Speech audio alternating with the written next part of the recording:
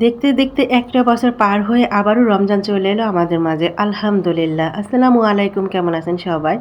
আজকে ১ম তারাবি, সবার মাঝে একটা উত্তেজনা কাজ করছে, তাই না?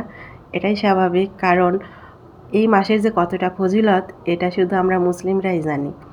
আর এবারের রমজানটা আমার মনে হয় একটু তাড়াতাড়ি চলে এসেছে, আর আমাদের জীবনের সময়গুলো কমতে শুরু করেছে। রমজান মাসের ফজিলত সম্পর্কে আমরা কমবেশি সবাই জানি। আগামী রমজান হয়তো আমাদের অনেকের ভাগ্যে নাও আসতে পারে। তাই এই একটা মাস আমরা যতটা সম্ভব আল্লাহর ইবাদত বন্দেগী বেশি বেশি পালন করার চেষ্টা করব। কারণ এই মাসটা আমার মনে হয় একটা লটারির মতো। এই লটারির সর্বোচ্চ প্রাইজটা আমরা জিতে নেওয়ার চেষ্টা করব।